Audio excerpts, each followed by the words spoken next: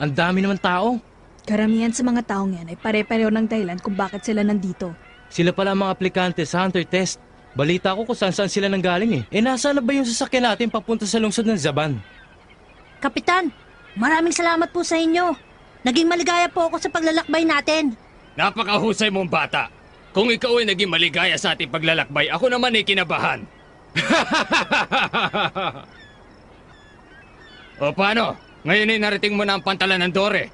Mahaba pa't mahirap ang iyong lalakbayin. Alam ko po yun. Kung pangangaralan mo pa kami, wag na lang dahil marami na kami natutunan sa'yo doon sa barko. Kung gano'n ay ibibigay ko na lang sa inyo ang huli kong payo. Ito ay espesyal lamang para sa inyo. Espesyal para sa amin? Tingnan nyo, oh. Puntahan nyo ang bundok na yon. Isa yan sa pinakamabilis na daan patungo sa test site. Kapag narating nyo na ang daan na yan, malalaman na ninyo kung saan magsisimula ang pagsusulit. Kapitan, mag-ingat kayo. Oo, kayo rin, mag-ingat kayo. Kayong lahat, paalam na ha! Wala kang dapat ipag-alala, Jean. Nakikita ko ang anak ng Lawin ay Lawin pa rin.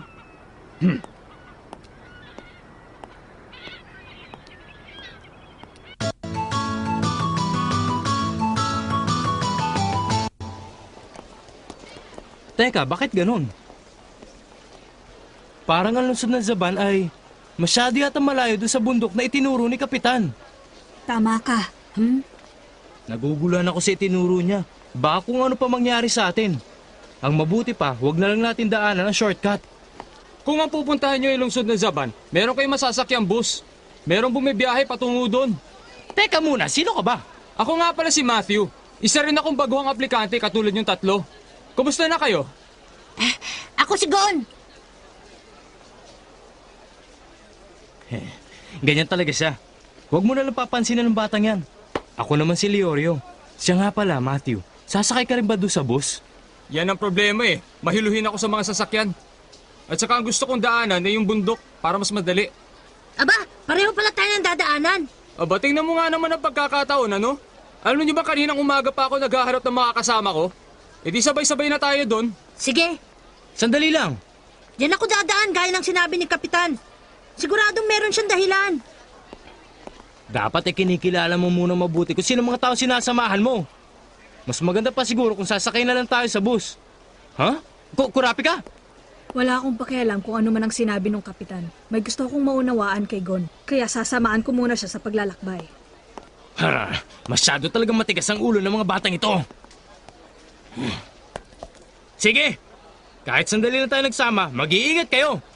Mag-iingat ka rin, Mr. Leorio.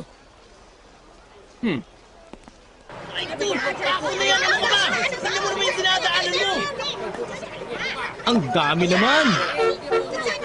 Teka, sandali lang!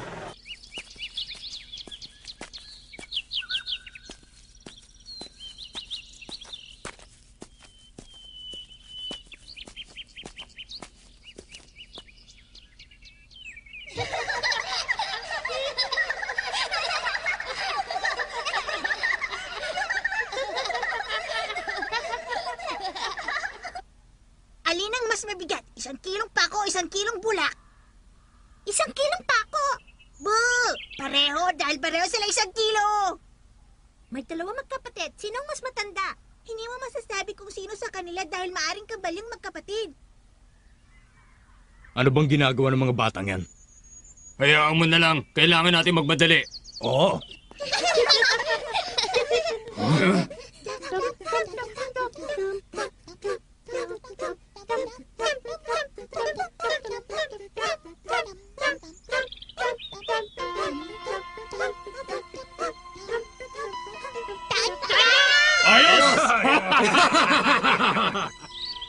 Karamihan sa mga aplikante ay hangal.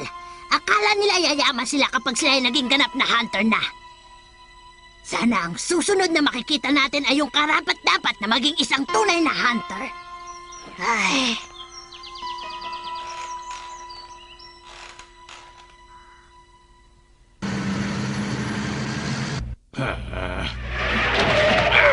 Ano ka ba? Miss mo, ha? Ha? Teka, Mama Chuper, gaano pa ba tayo kalayo sa lungsod ng Zaban? Tumahimik na lang kayo dyan at huwag niyo akong kakausapin habang nagmamaneho. Dumaan na tayo dito, ah. Ha? Para paikot-ikot na lang tayo sa lugar na to, ha? Oo nga! Hindi mari.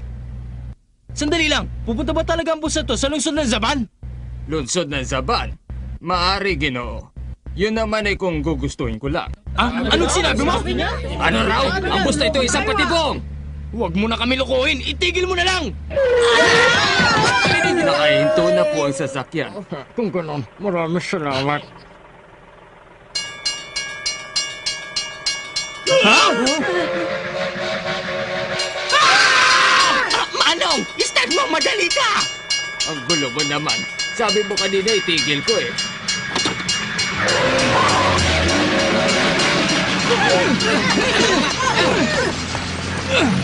Sana po ay sumakay kayo ulit. Hindi na ako sasakay sa bus mo! Ako rin!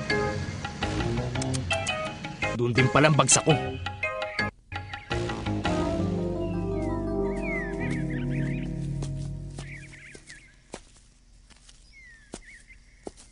Masakit pa rin po ba ang binti nyo, Ginoong Matthew?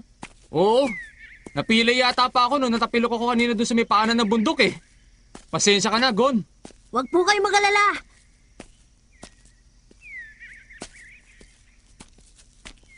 Tama! Sandali lang po, Ginoong Matthew. Bakit? Anong problema, Gon? Susubukan ko tumingin ng mga talbos na gamot para dyan.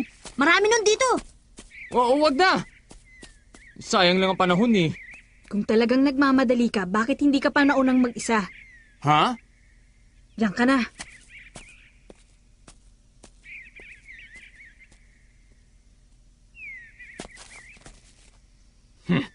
Sandali na lang at maaabot na namin ang lungsod. Sandali! Huwag niyo ko iwan dito! Nasaan na ba kayo, ha? Ha?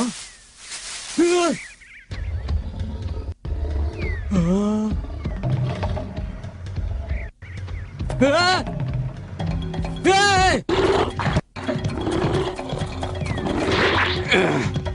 Halimaw ka! Kapag sinugod mo ko, kaldereta labas mo! Bitawan mo yung hawak-hawak mo. Ha?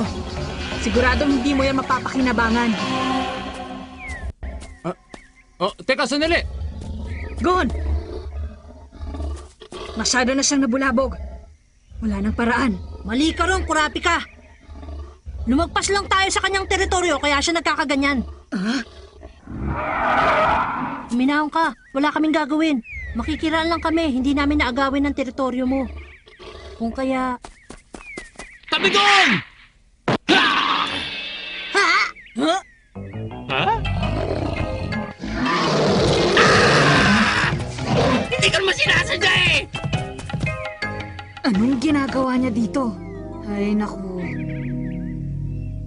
Patibong? Ang bus na yon? Oo, muntik na nga ako mahilo sa kaya-ikot eh. Kung ganun, umakyat ka dito para sundan si Gon, hindi ba, Leorio? Hindi naman sa ganung kurapi ka. Baka lang sakaling namimiss yun na ako, kaya ako nandito. Maganda na yung may kasama kayong matanda, hindi ba? Kaya kung maaari lang, Gon, palayasin mo na yung rhinong yan para makababala ako dito! Paalam na! Hanggang kailan ba tayo titigil dito para magaksay ng panahon? Paano kung may tao na nakarating doon sa lugar na talo na tayo? Kung hindi tayo nagsasayang ng panahon dito, di sana malaki ang tsansa nating manalo sa pagsusulit na to. Maganda naman ang nangyari, hindi ba? Ha?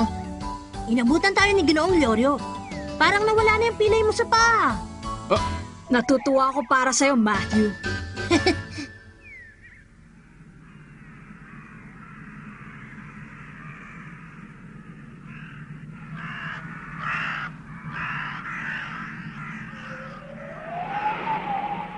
Ano ba namang klaseng lugar to? Wala man lamang ako nakikitang tao. Pero, alam kong maraming tao dito. Kailangan mag-ingat. Bakit? Paano mo naman nasabi yun? Hindi mo ba naririnig ang malakas na paghinga sa paligid? Oo, naririnig ko rin ang kanilang damit. Bakit sila nagtatago? Ha? Pasensya na kayo. Isa lang akong ordinaryong tao. Ah! Lola, nahuli ko na kayo! Ha? Tingnan nyo oh!